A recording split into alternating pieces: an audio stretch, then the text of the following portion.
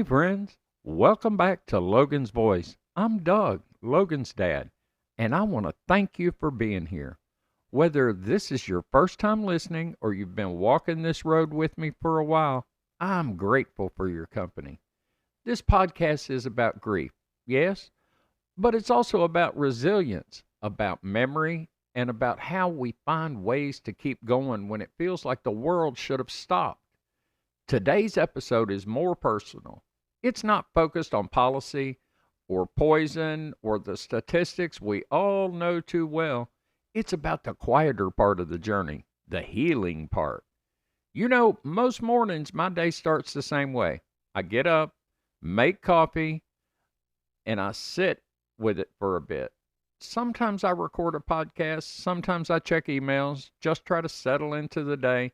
And then when the sun starts to come up, that's when Max gets excited. He knows what's next. I get dressed, grab his leash, and we head out. Usually into the woods, but sometimes we drive down to Two Rivers Park. We love it there. There's something about walking near the water, under those trees, with just the sounds of nature and Max trotting beside me. It's not therapy in the clinical sense, but it is healing. That walk clears my head, grounds me, and reminds me that even in grief, life keeps moving, and we can move with it. Today, I want to talk about that, about the little routines that keep us going, the small things that bring peace, that make space for memory, and that somehow help us heal. Let's talk about healing in motion. One thing I've learned along the way is that grief isn't just in our thoughts. It lives in our bodies, in our skin, in our breathing, in the way certain smells or sounds can take us right back to a moment we thought we had buried. The senses, sight, smell, taste, sound, and touch, they all become these unexpected pathways to memory and sometimes to healing.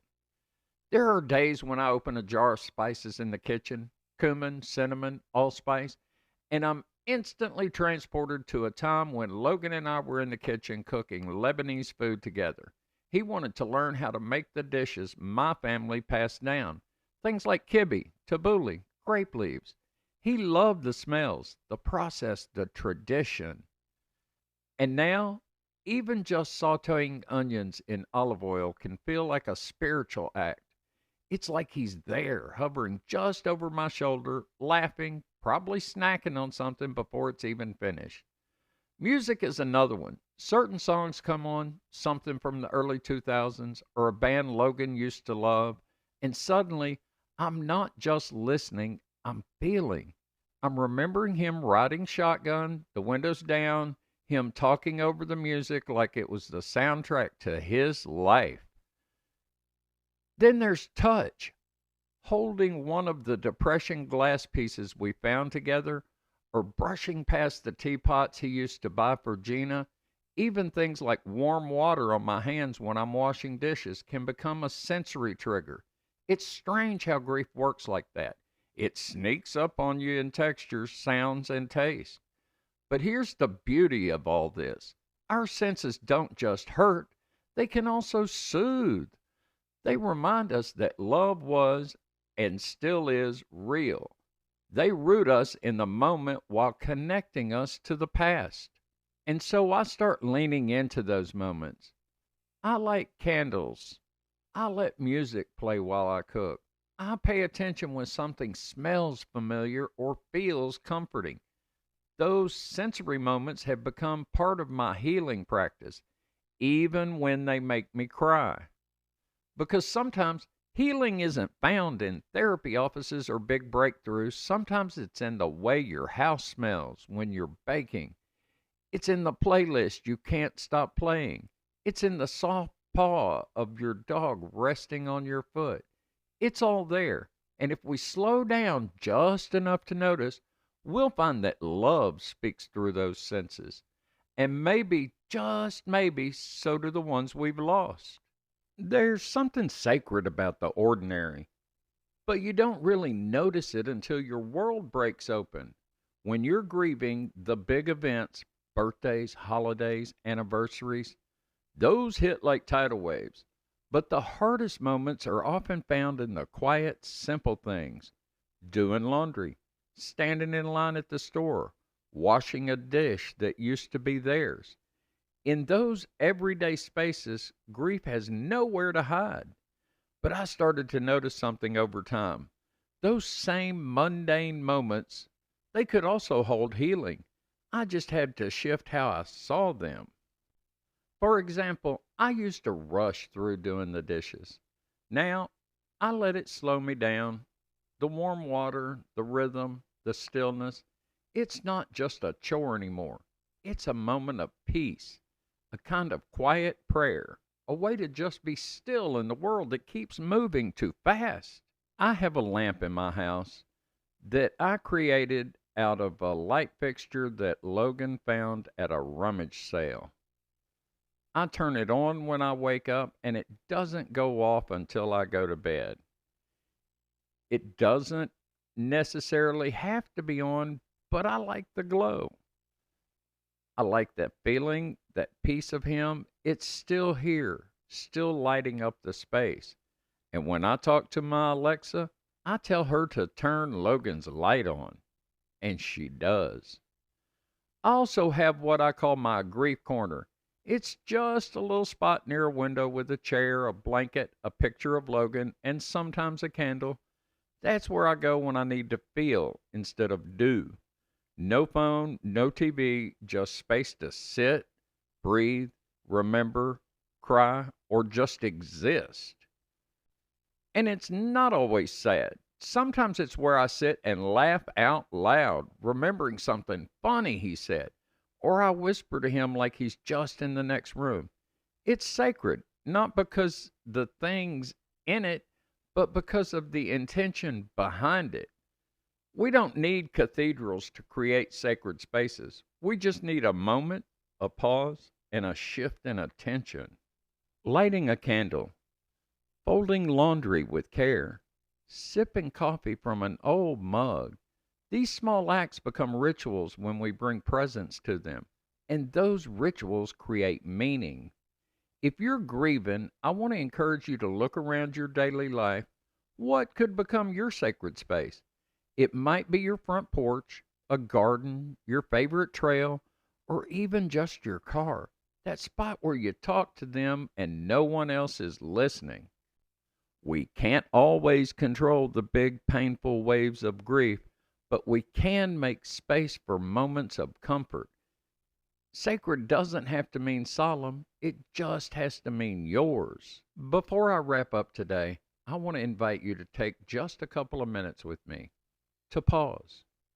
Wherever you are, sitting in your car, walking outside, folding laundry, or just lying in bed, just stop for a second if you can. Take a deep breath in. Hold it and slowly let it out. Do it again. Inhale. Fill your lungs. Hold and release. Now, if your eyes are open, just soften your gaze. And if it feels safe, let them close. Picture someone you love, maybe someone you've lost. Picture their smile, the sound of their laugh, maybe the way they used to walk into a room. Let yourself feel what that memory brings, whether it's tears or warmth or both. And now think of something small you do or can start doing that helps you feel connected to them.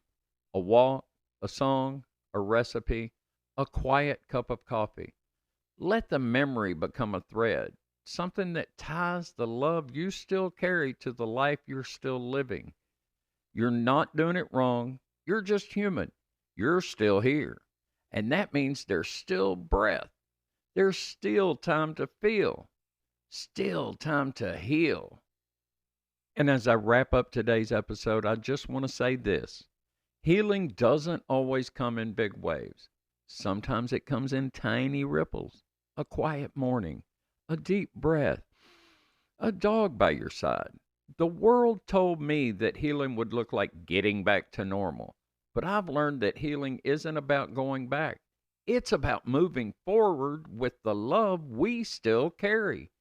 And Logan's love, well, it shows up every day in the walks I take with Max, in the way the breeze feels at Two Rivers Park, in the music that makes me smile through tears. This journey, this podcast, this mission, it's all about making sure his voice and voices like his are never silenced again. So if you're listening right now and you're in that place of rawness, of quiet pain, or just feeling numb, I want you to know you are not alone. You don't have to move fast. You don't have to have it all figured out. Just move gently, move honestly, move in your own time. And when you do, that's healing in motion. So before you go, don't forget to visit logansvoice.com. There's links to episodes on all kinds of podcast platforms. Check out our awareness merchandise at Logan's Swag and join a growing community of people who believe in love, in advocacy, and in showing up for each other. If today's episode brought you comfort or gave you something to think about, please like it, please share it, and please comment on it. Follow me.